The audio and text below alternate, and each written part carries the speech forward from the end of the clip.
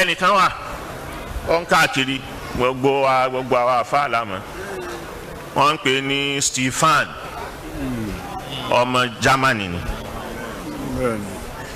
ó ka tírà ó rí àwọn tírà bàbá lọ́ba kà Lamhatul Billur ó ka Islam fi Nigeria ó ka Nasimu Soba ó wá rí ìtàn tí bàbá pa wípé Yorùbá àti Masari Masudani ni wọ́n ti wá pé Yorùbá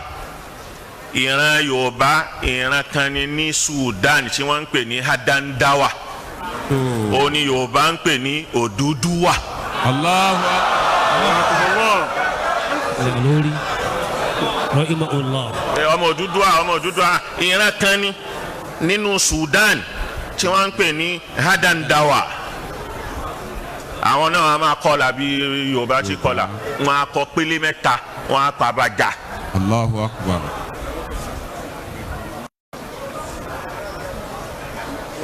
Ọlọ́run wá dìde ńlẹ̀ ó wá sọ́fíìsì ni ó wá bá bàbá ó wá bá Sheikh Adam ní 1986.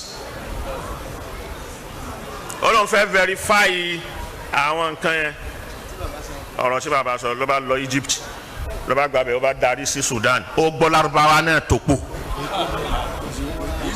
kì í sì ṣe mùsùlùmí. Allahu Akbar.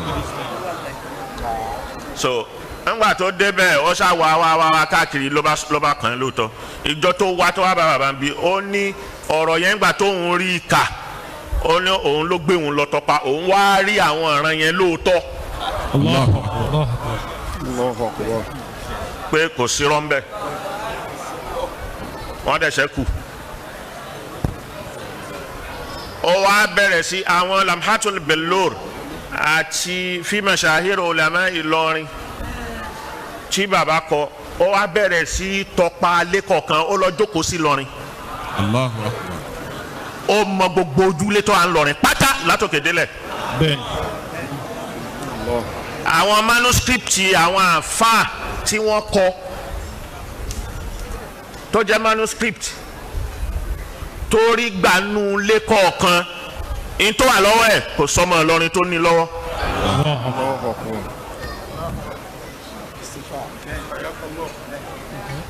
ọ̀rẹ́ Professor R.D. Abubakar Abdulrazak Abubakar Aderemi. So àwọn kan tó wà lọ́wọ́ ẹ̀ láwọn manuscript kò sí oníbàásù kan lẹ́yìn tó ń ṣe bàásù ń pa màfùtọ́tù àrọ̀bíyà màfùtọ́tù kìnnìkan tó ní lọ́wọ́ tó ní lọ́wọ́. gbogbo ojúlé àwọn afá kọ̀ọ̀kan ló tọ̀ ó dàgbà jì ibi tán ti ṣẹ̀ lágbàjì ó lọ bẹ̀ pé Sudan ni wọ́n ti ṣẹ̀ ìlú kan bẹ́ẹ̀ tí wọ́n ń pè ní Arbaji. Allah.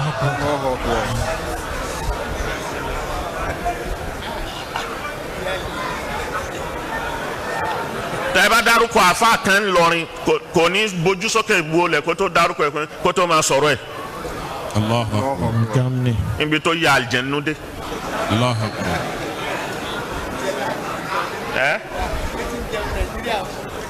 wọ́n jókòó ni kò sí níwọ̀jú jíǹsì kò kó ju jíǹsì mẹ́ta àbí ṣáàtì bíi mẹ́ta dání lọ ó sì lò bí ọdún kan tó ó close mọ́ ọdún kan tó ló ń lọrin. wọ́n á ti gbé báàgì yẹn wọ́n á ti gbé sẹ́yìn báyìí yóò máa wọlé kọ̀ọ̀kan ni. mustachiriku ni ó contribute sí iṣẹ́ àwọn àfà nílọrin orientalist ni. Masha Allah. so ìwọ tí o bá mọ̀ tí làákàyè rẹ̀ tó wà ní orí omi tẹ́lá sí pé lórí omi báyìí kò jín do omi so tó bá ń sọ̀rọ̀ so a mú àwọn àpèjúwe wá fún ẹ nínú àwọn àpèjúwe tá a fi yí ọ ní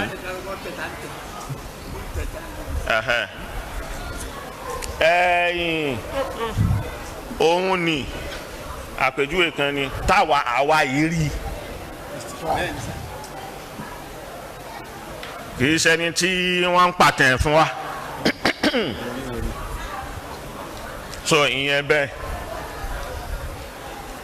àwọn ẹni yìí wá ní inú àwọn chahadul academy àwọn academia tó jẹ́ ti gbogbo ayé al-umami the whole nations káàkiri. Ingilterra. England. Al-Akademiyatul Birtaniya. Àwọn British Academy ó lọ́wọ́ nù bí wọ́n ṣe kó àdìsí jọ bí wọ́n ṣe kó mufarisi àwọn àdìsí ó lọ́wọ́ ń bẹ̀ orientalist ni wọ́n o. Èso. Belgica. Belgium. Al-Akademiyatul Malakiya. Kini Royal Academy ti Belgium ó wà ń bẹ̀. Denmark. Denmark. Al-Akademiyatul Malakiya. The same thing, Royal Academy ní Denmark. Spania. Spain. Akademiyatul Tarikh. Academy of History. Al-Wilayatul Muttahida. Muttahida. America. المجلس الأمريكي للهيئات التعليمية. Council of United States of America. Academic Council of the United States of America. فرنسا. France. أكاديمية الحفريات والفنون الجميلة. أكاديمية الحفريات والفنون àwọn tí wọ́n máa ń wá art àwọn art àti archaeologist tí wọ́n máa ń wá kíní kiri so ibi tí gbogbo nǹkan bá èyí tán bá bò mọ́lẹ̀ tí wọ́n bá hu wọ́n lè bá páálí wọ́n lè bá àpótí tírà tí wọ́n rì mọ́nú lẹ̀ àbí tí ilé wó mọ́ tó wá ń padà wá tẹ̀rì sábẹ́ lẹ̀ wọ́n á gbé jáde. إيطاليا. Italy. الاتحاد الأكاديمي القومي. الاتحاد الأكاديمي القومي tó jẹ́ kí lẹ ń pè. National Academy. National Academy. United National Academy. Níbo ni ẹ. Italia. Ní Italy.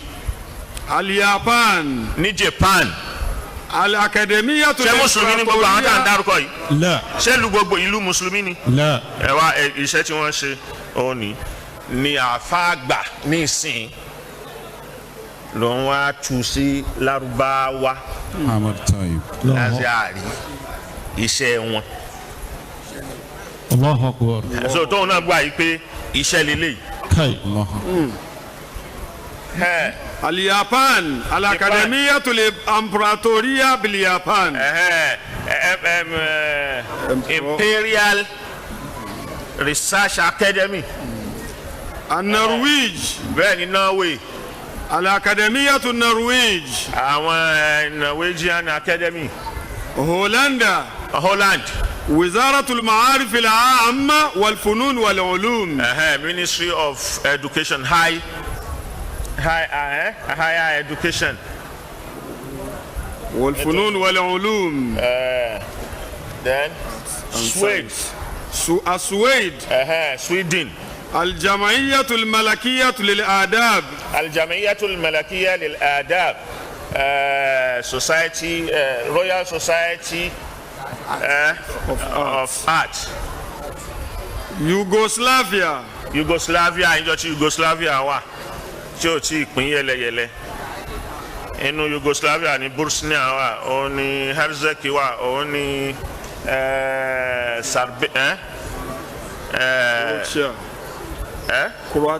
Croatia lábẹ́ Yugoslavia ni ìjọ tí wọ́n wà lódìdí yẹn. الأكاديمية اليوغوسلافية في Belgrade.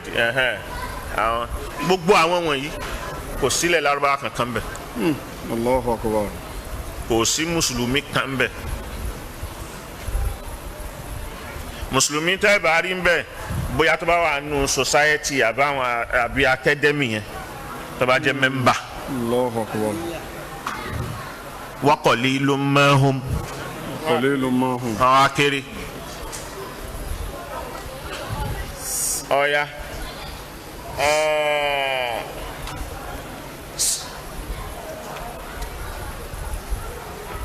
so interfefa ayọ̀ ń bẹ̀ ní pé mùkọ́dìmọ̀ ẹ̀ pọ̀ but mi ń fẹ́. so àwọn mùsùlùmí tó padà wá fi tó wá fara kí wọn ní masari ni àwọn yẹn والنوع الثالث من الأخطاء التي يجب أن أشير إليها يتمثل في الرموز التي تدل على أرقام الأحاديث وعلى الأبواب والصفحات في مختلف الطبعات. àwọn edition tí wọ́n ń ṣe àwọn mistake tó ń lọ ń bẹ̀ lórí rọ́kùmù hadith lórí kínní òun làwọn yẹn tún ṣe. làwọn kan náà bẹ̀rẹ̀ iṣẹ́. ولقد حاولت أن أقلل من عدد هذه الأخطاء.